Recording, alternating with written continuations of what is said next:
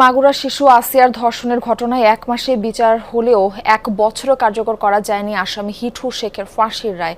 অপরাধী সহযোগী 3 জনকে আগে বেকসুর খালাস দিয়েছেন আদালত। আইনজীবীরা বলছেন, বিষয়টি উচ্চ আদালতে থাকায় এখনই ফাঁসি কাষ্ঠে ঝোলানো যাচ্ছে না হিটু শেখকে। অন্যদিকে পরিবার ও স্বজনরা বলছেন, অপরাধীদের সাজা নিশ্চিত করতে না পারলে দেশের শিশুদের উপর এই পাশবিক নির্যাতনের লাগাম টানা সম্ভব হবে না। না, এটা তো বড় বুদ্ধি হয়নি। কেবল 7 বছর যে 8 বছর পড়েছে।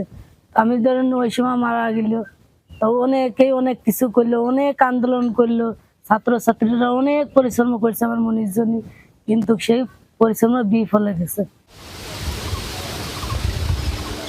সন্তানহারা মায়ের চোখের জল শুকিয়ে গেছে। বিচার প্রার্থী আয়েশা বেগমের আরতি রূপ নিয়েছে ক্ষোভ আর হতাশায়।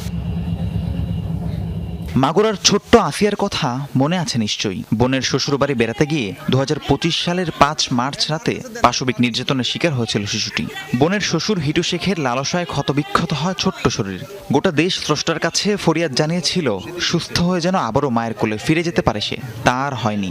7 দিন পর হাসপাতালে মারা যায় আসিয়া। এরপর ধীরে ধীরে বহু সময় গড়িয়েছে। পুলিশ হিটু শেখ ও তার 2 ছেলে এবং স্ত্রীকে গ্রেফতারও করে। পরে আদালতে বেকসুর খালাস পায় 2 ছেলে ও স্ত্রী। সেই বছর 17 মে ফাঁসির রায় হয় হিটু শেখের, কিন্তু সেই রায় কার্যকর হয়নি এখনো। দোষীরা খালাস পেয়ে গেল, আবার তারে যে মাগুরা জেলাতে রায় দিল সেটাও কার্যকর করলো না।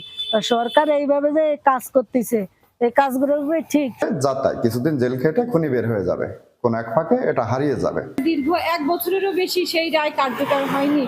আমরা আমাদের সবার দাবি, এই ধরনের ধর্ষণ এবং এই ধরনের ঘৃণ্য অপরাধজনক কর্মকাণ্ডের শাস্তিগুলো অতি দ্রুত বাস্তবায়ন করা হলে আজকে এই রামিসা হত্যার এই বিষয়টা হয়তো আমাদের দেখতে হতো না। কেন কার্যকর করা যাচ্ছে না ফাঁসির রায়? আইনজীবীরা জানালেন, আসামি পক্ষের আপিল উচ্চ আদালতে নিষ্পত্তির অপেক্ষায়, তাই কার্যকর হচ্ছে না মৃত্যুদণ্ড। ডেথ রেফারেন্সের জন্য মহামান্য হাইকোর্ট বিভাগে প্রেরণ করা হয়। ইতিমধ্যে উক্ত মকদ্দমার সাজাপ্রাপ্ত আসামি বিজ্ঞ মহামান্য হাইকোর্টে অ্যাপিল দাখিল করেছেন। মকদ্দমাটি চূড়ান্ত নিষ্পত্তির জন্য হাইকোর্টে অপেক্ষমান। শিশু ধর্ষণ ও হত্যা বন্ধে বিচারের পাশাপাশি রায় দ্রুত কার্যকরের দাবি স্বজনদের। ফাঁসি দিয়ে মারছে ওরা। রাহিম সারোয়ার, যমুনা নিউজ।